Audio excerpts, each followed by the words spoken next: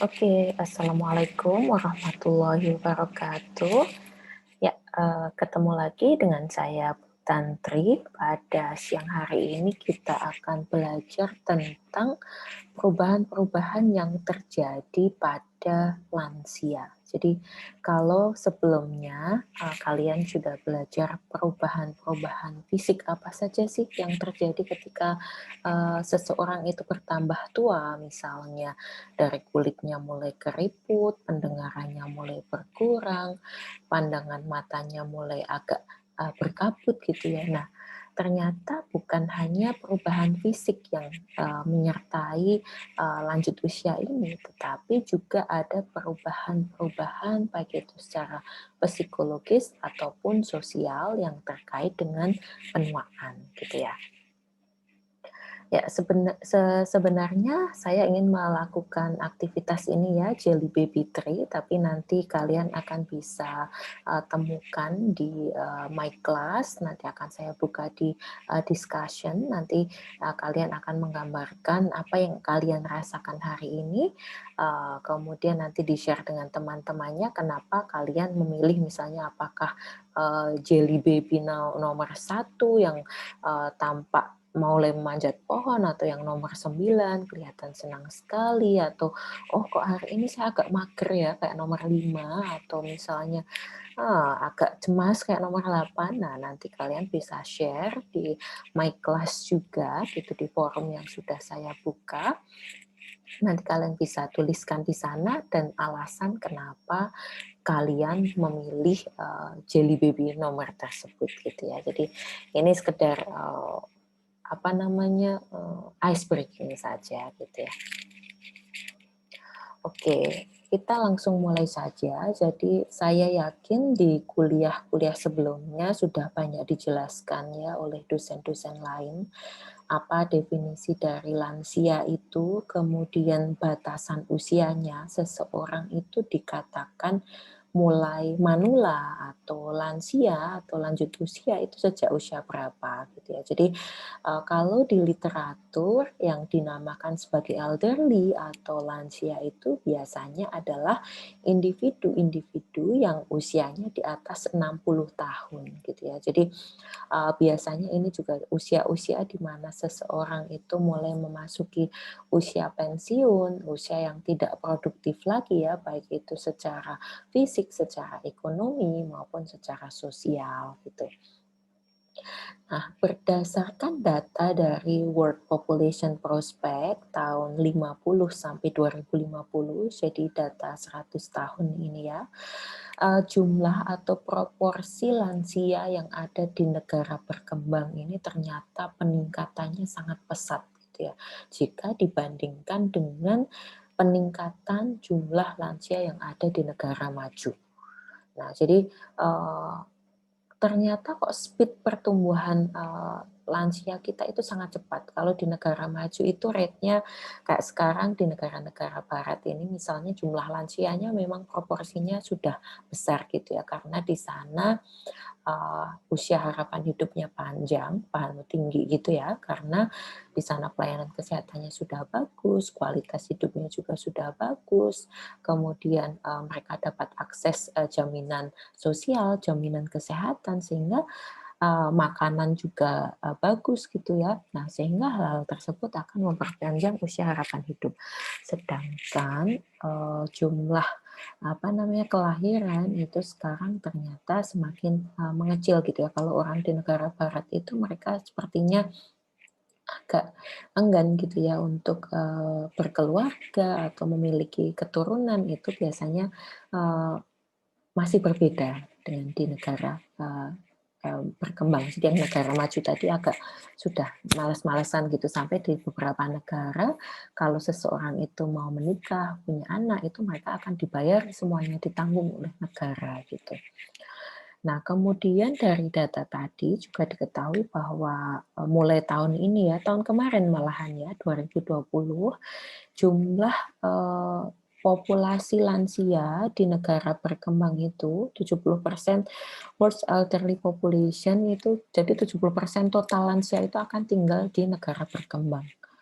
Nah, jadi dengan jumlah totalnya nanti akan melebihi 470 juta lansia, di mana angka ini ternyata 2 kali lipat dari jumlah lansia yang ada di negara-negara maju gitu ya. Jadi termasuk Indonesia, ini kan negara berkembang ya. Indonesia, negara-negara di Southeast Asia, negara-negara di Asia Selatan. Nah, itu kan termasuk negara-negara berkembang. Nah, itu jumlah lansianya itu akan kalau digabungkan itu totalnya tahun kemarin itu sudah mencapai 470 juta.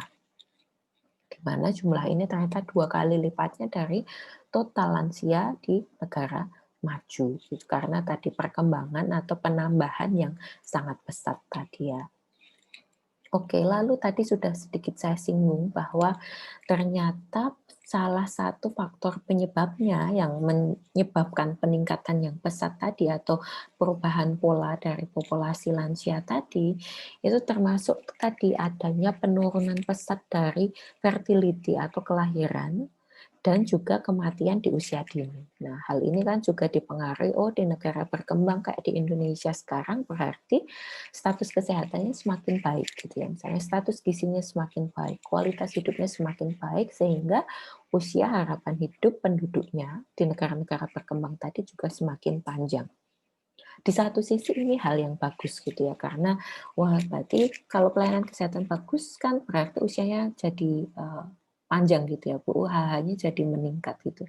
Tetapi di sisi lain kalau negara tersebut tidak siap itu nanti juga akan menjadi beban untuk sistem kesehatan juga yang ada di sana. Karena seperti yang sudah kalian ketahui ya, kalau orang itu usianya sudah lanjut, biasanya mereka memiliki beberapa penyakit penyerta gitu ya. Mereka menderita beberapa penyakit kronis. Nah, penyakit-penyakit kronis ini kan tentunya akan membutuhkan perawatan jangka panjang dan juga biaya yang tidak murah gitu ya. Nah, kemudian tadi seperti juga sudah saya sampaikan juga, jadi untuk proses penuaan itu sendiri itu melibatkan berbagai macam perubahan, baik itu perubahan fisiologis, jadi yang secara fisik, secara biologis gitu ya, fisiologisnya itu berubah, yang nampak itu ya dari kulit tadi keriput, rambutnya sudah mulai ubanan gitu ya, jalannya dia sudah nggak bisa tegak, misalnya dia harus pakai tongkat atau dia harus pakai kursi roda gitu ya. Jadi sudah berubah, sudah nggak bisa lari lagi cepat seperti ketika dia usianya muda misalnya. Nah, ternyata perubahan-perubahan fisiologis tadi juga diikuti dengan perubahan-perubahan dalam bidang hal psikologis dan juga social adjustment. Kenapa hal ini terjadi? Nah, nanti akan kita lihat di slide selanjutnya. Nah, ini seperti yang saya sampaikan tadi ya, pertambahan jumlah penduduk lansia gitu di antara negara maju, jadi LDC itu least developed countries, itu jadi negara dengan ekonomi rendah gitu ya. Kemudian less developed countries ini maksudnya seperti negara berkembang kayak Indonesia ini kan middle income countries sekarang ya. Kemudian more developed regions atau negara maju yang warna biru. Nah, kalau kita lihat di sini kurvanya, kalau yang negara maju ini warnanya biru ini cukup landai ya. Jadi memang dari dulu mereka jumlah lansianya segini gitu, jadi peningkatannya nggak terlalu cepat gitu. Nah, kalau kita lihat di sini di negara berkembang dan di negara ekonomi bawah gitu ya, wow sejak tahun 2010 ini ya cutting point-nya, wah ternyata peningkatannya, penambahan jumlah lansianya sangat pesat gitu ya. Ini tadi karena beberapa hal tadi, beberapa faktor yang mempengaruhi hal tersebut. Nah, kemudian ini juga bisa kita lihat grafiknya. Jadi ini kalau kita lihat grafik tentang speed of population aging di negara-negara maju. Misalnya Perancis ini untuk peningkatan dulu kan jumlah lansianya ada 7% dari total populasi, mencapai 14% total populasi. Untuk meningkat kedua kali lipat itu mereka butuh hampir 100 tahun lebih, 105 tahun atau 115 tahun. Jadi dia peningkatannya itu kan cukup pelan gitu ya. Kanada ini juga waktunya butuh 60 tahun. Hungaria ini juga cukup panjang, 60 tahun misalnya ya. Nah, kalau kita lihat di sini ini yang negara berkembang. Nah, ini kalau kalian lihat bisa dibedakan. Nah, Singapura ini pertambahannya hanya butuh waktu 15 tahun itu jumlahnya sudah doubling gitu. Brazil ini tadi yang 2 kali lipat dia hanya butuh berapa ini? 20 tahun nggak sampai. Dibandingkan dengan Paris tadi yang dia di Perancis tadi dia butuh 100 tahun, di negara berkembang dia hanya butuh 10 tahun untuk penambahan percentage jumlah lansia yang sama dengan di negara maju tadi. Jadi bisa kalian bayangkan betapa cepatnya pertambahan ini kalau tidak diikuti dengan kesiapan healthcare sistemnya. Nah, ini bisa kolaps juga gitu ya. Jadi ini memang kan hal yang harus dipersiapkan.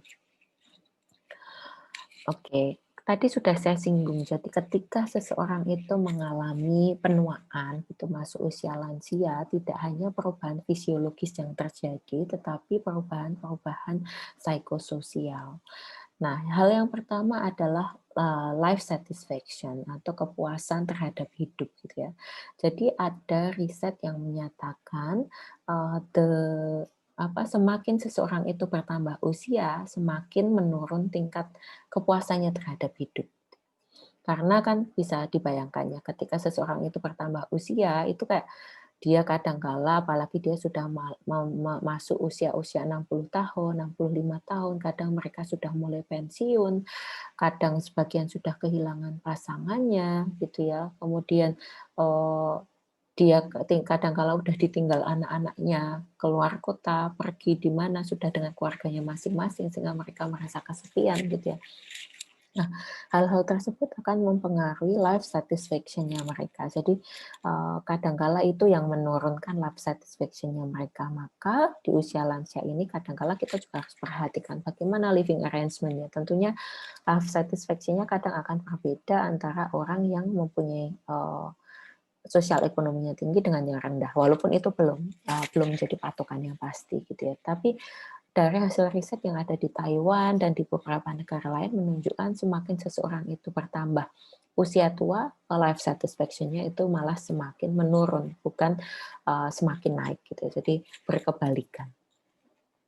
Kemudian perubahan besar yang terjadi yang lainnya retirement atau dia memasuki usia pensiun. Nah, ini jelas sekali ketika seseorang itu biasanya dia aktif bekerja, dia memiliki role, memiliki jabatan gitu ya di perusahaannya gitu ya. Mungkin dari kalian juga ada orang tuanya atau melihat dari kakeknya, neneknya gitu ya.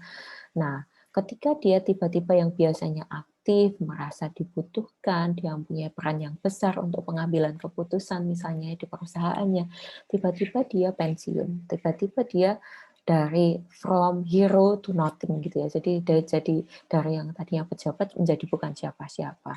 Itu kan tentunya akan sangat berpengaruh terhadap psikologisnya lansia.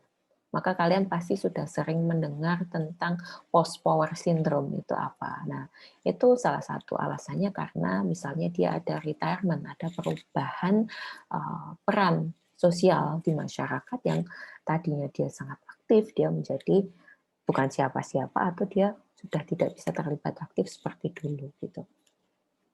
Kemudian yang ketiga adalah bereavement atau dia berduka. Jadi tadi sudah saya bilang juga di usia-usia ini biasanya mereka mulai ditinggal pasangannya gitu ya, pasangannya meninggal misalnya, atau anak-anaknya sudah punya kehidupan sendiri, sudah punya keluarga sehingga jarang berkomunikasi. Nah, jadi hal-hal ini membuat lansia tadi menjadi merasa sedih, ditinggal pasangan terutama itu mereka menjadi sangat sedih gitu ya dan mengalami fase berduka yang panjang misalnya. Kadangkala ketika sudah ditinggal meninggal pasangannya kok nggak lama menyusul gitu ya. Jadi hal yang seperti itu sering banget terjadi gitu ya karena mereka tidak kuat gitu secara psikologisnya, mereka yang biasanya ada seseorang untuk men-sharing, untuk berbagi beban tiba-tiba nggak ada gitu. Kemudian loneliness dan isolation. Nah, ini juga biasanya terjadi pada lansia, terutama apalagi kalau lansianya tadi dia mengalami sakit fisik gitu ya, sehingga dia tidak bisa lagi kemana-mana, nggak bisa beraktivitas di luar. Dia biasanya ya hanya di rumah, anak-anaknya misalnya dia kerja atau apa gitu ya, jadi dia tidak bisa beraktivitas secara mandiri, tidak bisa keluar. Nah, dia akan merasa seperti dia sendirian gitu ya, merasa terisolasi, dia merasa tidak lagi bebas seperti dulu gitu. Kemudian masalah seksual ini juga terjadi ya. Kadangkala hal ini juga jarang diperhatikan oleh tenaga kesehatan juga. Dianggap kalau orang yang sudah tua itu mereka sudah tidak memiliki kebutuhan seksual. Padahal belum tentu seperti itu ya. Kadangkala orang yang sudah lansia pun mereka juga masih memiliki kebutuhan seksual yang harus dipenuhi gitu ya. Jadi tetapi secara vitalitas mungkin sudah menurun atau apa ya. Tapi ini perubahan-perubahan ini yang membuat mereka semakin apa ya, usia ini membuat mereka semakin tertekan misalnya. Kemudian loss of independence, jelas mereka kehilangan kebebasan. Yang dulunya dia aktif, bisa kemana-mana, tiba-tiba dia harus hanya di rumah, pekerjaannya. Makanya biasanya ketika seseorang pensiun itu mereka jadi mencari hobi baru, misalnya berkebun, kayak atau mereka apalah gitu ya, buka usaha di rumah yang masih bisa dilakukan gitu. Yang penting mereka melakukan sesuatu dan tidak ngelangut gitu. Kemudian relocation or institutionalization ya. Jadi kadangkala apalagi di negara-negara maju ketika anak-anaknya sibuk kerja, mereka akan mengirimkan orang tuanya ke nursing homes gitu untuk bisa mendapatkan perawatan. Nah, ini perubahan lingkungan yang secara mendadak ini juga akan menimbulkan beban bagi si lansia tadi secara psikologis.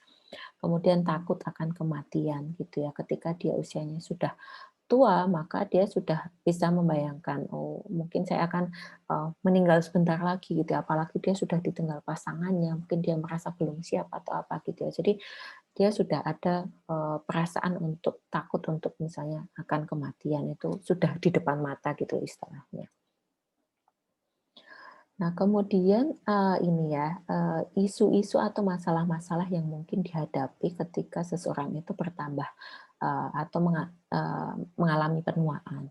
Pertama, tentu saja penurunan kontak sosial gitu ya. Jadi friends and family, teman-teman dulunya yang teman-teman sebaya, teman-teman hangout-nya mereka gitu. Tiba-tiba teman-temannya satu persatu sudah meninggal gitu. Jadi dia sudah nggak ada lagi teman yang bisa diajak ngobrol untuk sharing. Pasangannya apalagi juga meninggal gitu ya. Jadi dia sudah ya wes saya keluar rumah juga wes nggak ada yang saya kenal, orang-orang muda anak-anaknya juga sudah sibuk sendiri, jadi dia lebih banyak menghabiskan waktu sendiri, sudah tidak memiliki teman yang satu frekuensi, satu usia gitu yang bisa diajak sharing gitu ya. Kemudian rekonsiliasi dengan past resolving conflicts, losses, acceptance ini ya. Jadi mereka mulai rekonsiliasi ketika ada masalah-masalah di masa lalu, baik itu dengan keluarganya, dengan anaknya atau apa gitu ya, dengan karena dia kehilangan pasangan dia mulai menerima ataukah dia masih denial gitu ya. Kemudian perubahan bentuk fisik itu jangan dibayangkan itu hal yang mudah gitu ya. Nah, jadi penurunan vitalitas misalnya, penurunan tampilan secara fisik. Nah, itu juga akan menjadi stresor tersendiri untuk lansia. Nah, kalau maka dari itu kan banyak ya mungkin dari kalian kalau apalagi yang cewek-cewek produk-produk skincare yang anti aging misalnya. Itu karena banyak orang yang masih menolak untuk tua.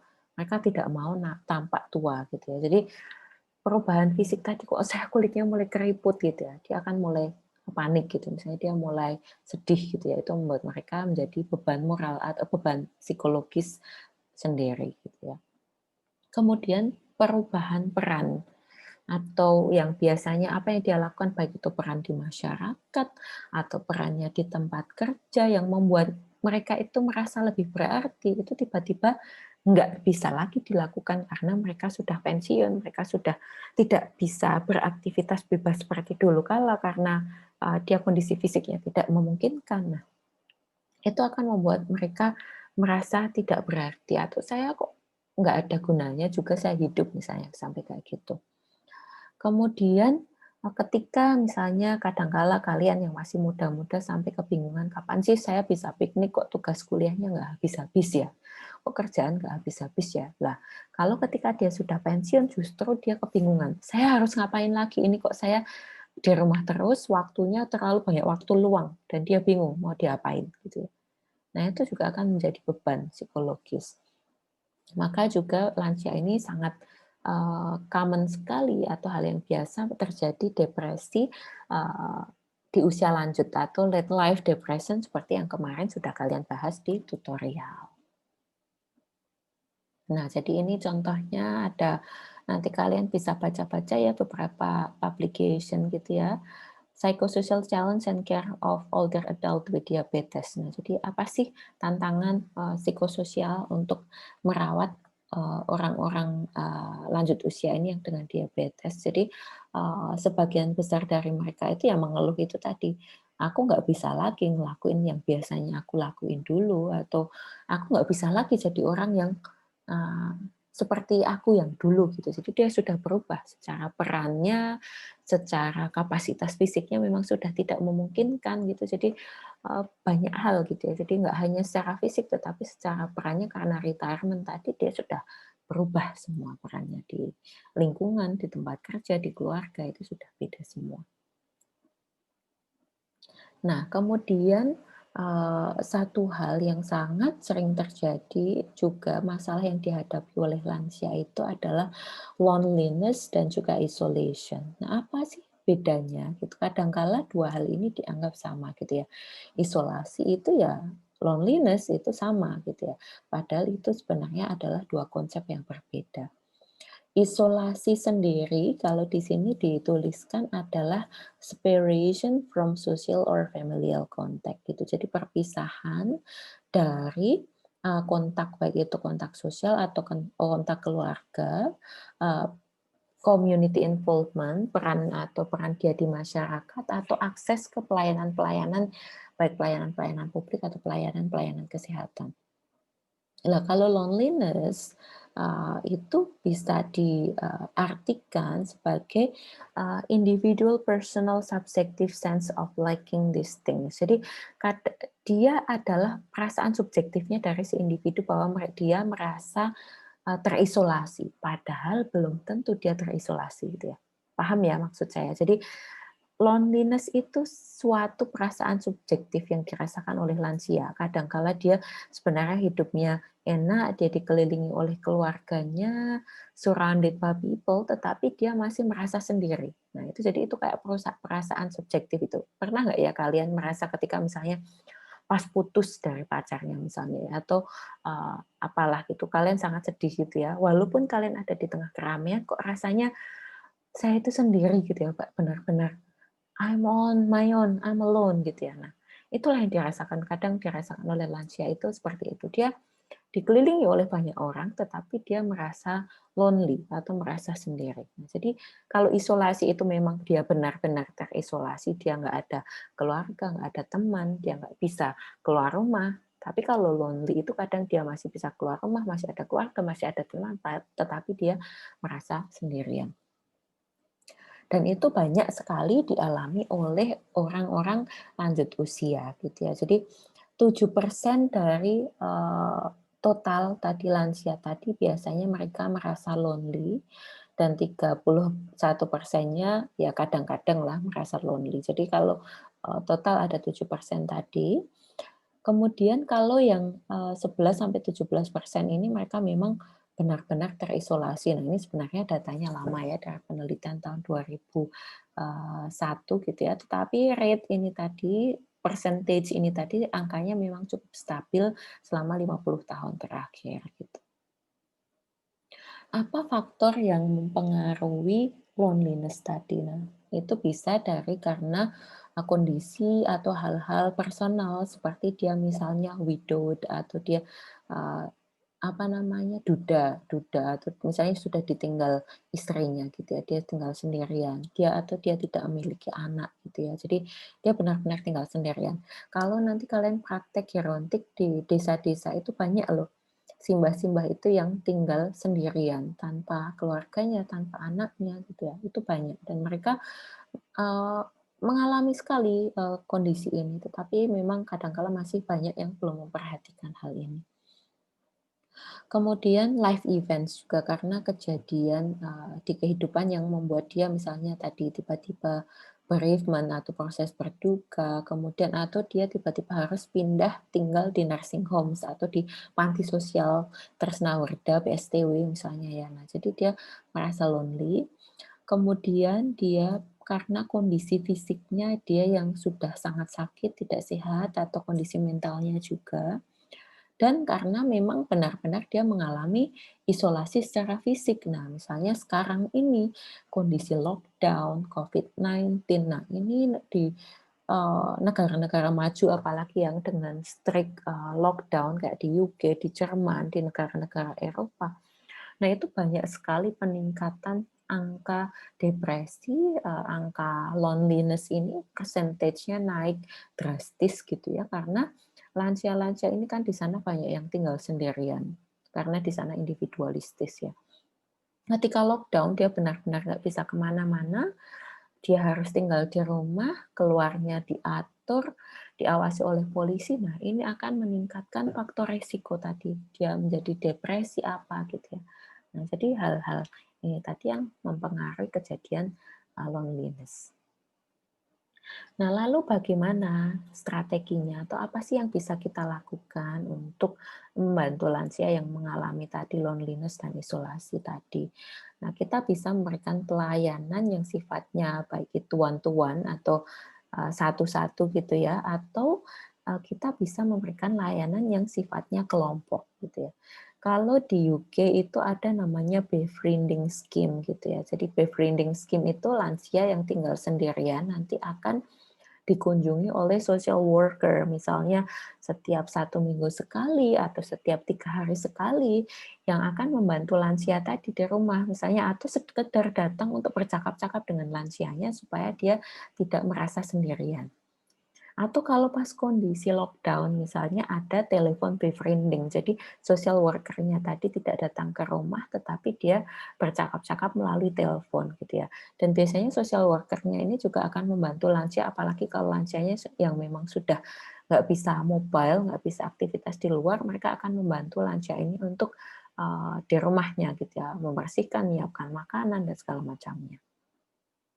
Kemudian kalau grup aktivitas ya misalnya dibuat dibentuk-bentuk kelompok ini ya, kalau di masyarakat kita juga ada misalnya ada posyandu lansia atau kegiatan-kegiatan apa sih kelompok-kelompok kecil itu nanti lansianya datang misalnya, untuk membuat kerajinan tangan atau apa gitu ya. Jadi dibuat kelompok-kelompok kecil yang bisa, supaya lansia tadi bisa bertemu satu dengan yang lainnya dan bisa saling sharing ketika misalnya ada masalah. Kemudian juga melibatkan lansia tadi dalam kegiatan-kegiatan komunitas atau sosial kemasyarakatan. Nah, jadi keuntungannya apa dari tindakan-tindakan atau hal-hal tadi yang saya sebutkan untuk kayak befriending, melibatkan lansia dalam aktivitas-aktivitas sosial kemasyarakatan. Nah, ternyata hal-hal tadi bisa menurunkan isolasi sosial. Kemudian juga itu bisa menjadi salah satu cara bagi lansia untuk belajar skills yang baru atau keterampilan baru gitu ya. Jadi never too late to learn gitu. Walaupun sudah usianya tua, tetapi mereka tetap bisa belajar hal yang baru gitu ya. Kemudian akan membuat mereka merasa dihargai atau diuwongke secara individu, membuat mereka merasa berguna atau dibutuhkan gitu ya.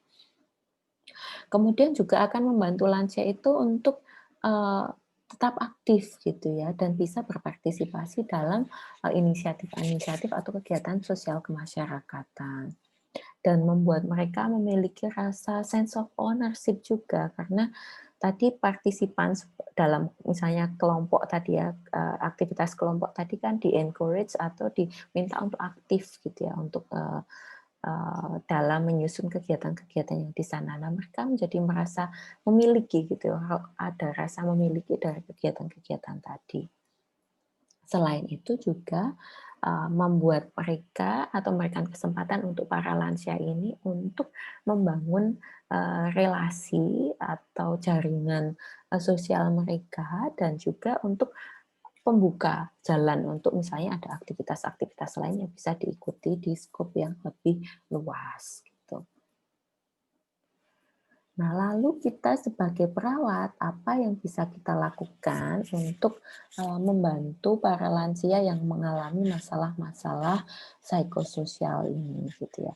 Yang pertama, kita bisa menyediakan grief support and encourage existing friendships. Jadi kita bisa memberikan mereka dukungan ketika misalnya mereka sedang berduka, gitu ya. Kita bisa datang, mendengarkan, memberikan menyemangati gitu ya lansianya, dan juga kalau misalnya si lansia tadi diidentifikasi masih ada beberapa temannya yang dekat, yang sebaya, yang masih itu, nah itu bisa difasilitasi misalnya untuk ketemu misalnya dengan teman-temannya gitu ya.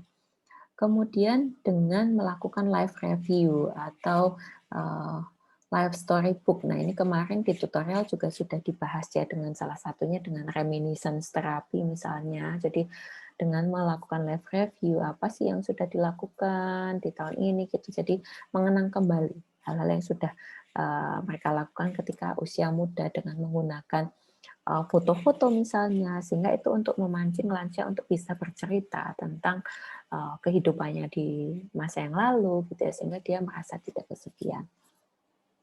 Kemudian kita juga sebagai perawat bisa membantu si lansia tadi untuk misalnya berpakaian atau misalnya melakukan perawatan diri, baik itu mandi, sisiran, atau kalau yang simbah-simbah putri dibantu pakai bedak atau apa gitu ya, misalnya kalau dia masih, nah ini juga akan mereka merasa lebih baik gitu ya, karena oh ternyata saya masih bisa tampil rapi, tampil menarik gitu ya. Kemudian juga membantu para lansia ini untuk bisa berpartisipasi dalam aktivitas-aktivitas kesehariannya. Jadi menemukan apa sih hal-hal di misalnya di lingkungannya yang masih bisa mereka ikuti gitu ya. Misalnya ikut kegiatan senam lansia, atau misalnya kegiatan arisan lansia atau pengajian lansia gitu ya. Sehingga mereka merasa memiliki pilihan, mereka merasa memiliki beberapa aktivitas yang bisa digunakan atau untuk mengisi waktu luang mereka. Kemudian juga kita bisa membantu memfasilitasi lansia untuk melakukan hobi yang mereka sukai. Misalnya kalau dia suka dulu ketika dia muda sukanya apa itu namanya, kerajinan tangan itu, bikin merajut, nah misalnya, atau menjahit, atau misalnya gambar atau melukis gitu ya. Nah itu kita bisa bantu fasilitasi itu. Kemudian kalau kita ketika melakukan pengkajian kita identifikasi bahwa si lansia ini kok ada masalah depresi gitu. Nah, kita bisa bantu gitu ya, atau kita bisa mengidentifikasi lebih awal dan merujuk ke pelayanan kesehatan yang lebih tinggi gitu ya. Kemudian bisa kita menjadi advokat gitu ya. Kan salah satu peran perawat itu kan memang advokat ya untuk para lansia ini, karena biasanya mereka tidak mendapatkan pelayanan sosial. Kalau misalnya dia tinggal sendiri, tidak ada keluarganya yang ini, nah kita sebagai perawat bisa mengadvokasi ke Dinsos misalnya ya, untuk mendapatkan bantuan baik secara logistik, makanan, atau misalnya tadi secara psikologis. Kemudian juga bisa tadi hire qualified staff untuk perform assessment. Nah, ini kita sebagai perawat berarti kita bisa melakukan assessment gitu ya, untuk mengantisipasi adanya misalnya sakit atau apa pada lansia tersebut. Oke, untuk pertemuan ini saya rasa cukup ya, untuk kuliahnya saya sudah berbicara cukup panjang, nanti tidak kalian bosan. Untuk selanjutnya kita akan pindah ke My Class, jadi di sana saya sudah membuat beberapa kelompok gitu ya, kalian akan ada beberapa aktivitas, ada 2 aktivitas yang akan kalian kerjakan, nanti kalian diskusi di kelompok kecil tutorial, jadi di sini ada beberapa pertanyaan yang perlu kalian jawab, kalian diskusikan. Jadi ini nanti silakan kita lanjutkan untuk diskusi di My Class dengan pertanyaan-pertanyaan yang sudah saya susun. Dan jika ada pertanyaan, nanti juga bisa dituliskan di My Class. Oke, mungkin sekian saja kuliah dari saya. Mudah-mudahan bisa bermanfaat. Saya akhiri. Wassalamualaikum warahmatullahi wabarakatuh.